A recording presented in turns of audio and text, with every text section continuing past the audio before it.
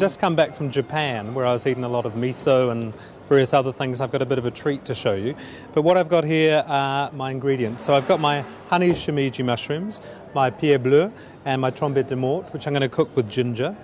I've then got some shallots, which I'm going to be cooking with the asparagus and peas. And then I've got a selection of Japanese ingredients. Etsuko, who's the mother of my friend Akiko, who's a restaurant owner in Tokyo with her husband Yoshi, her mother Etsuko made this for me. So this is homemade country-style miso. It's made with koji, which is like a malted rice. It's called country style because it's quite rough. I'm going to be using mirin, which is a sweet rice cooking wine, soy sauce, sesame oil, and I'm going to use some British rapeseed oil to bring all this together. Obviously, if you don't have a Japanese friend whose mother happens to make miso and give it to you when you go to Tokyo, then what you want to do is use something like a hacho miso or a dark miso. So first up, I've got these honey Shimeji mushrooms. Whilst originally they're a wild mushroom, they're now cultivated quite easily, and these are in fact grown here in Britain. So the easiest way to trim this is just chop off the end, separate these out, and you've got these beautiful little mushies. Next up are the pied bleu mushrooms. These are wild mushrooms. These will have come across from France. These are all I'm going to do is slice them into pieces. And then last up are the trompette de morte, trumpets of death, but don't take it seriously. These are all looking pretty good. Next up, grab some ginger, fresh ginger. Just take the skin off, slice this quite thinly, lay a slice on top.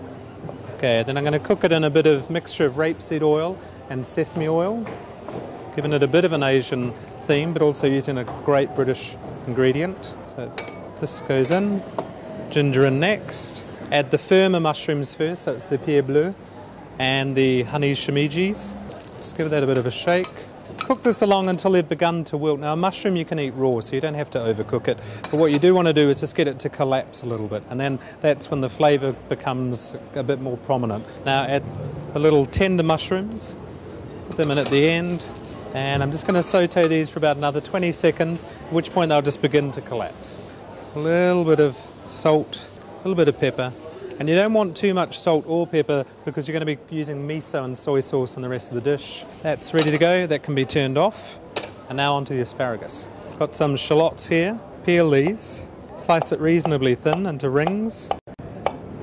Okay, some more rapeseed oil. Get the pan hot. Shallot goes in. While that's cooking, just get your asparagus and snap it. Snap it. This bit here is going to be a bit fibrous-y.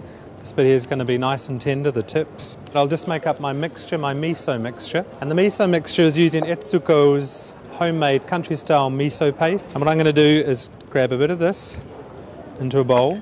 I've got some mirin, which is a sweet rice Japanese cooking wine, soy sauce, and some water. Mix all this up into a bit of a liquidy paste.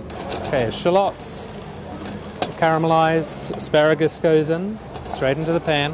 So the asparagus is coated in the oil and the shallots. Put in your miso mixture. And then last part of the dish, peas go in. Just put your lid on and bring that to the boil. And then it's going to take just over a minute. So that's been cooking away for just over a minute. Now it's time for plate up. So let's have a look. A nice pile of the asparagus and the peas and the shallots. And the wild mushrooms on top.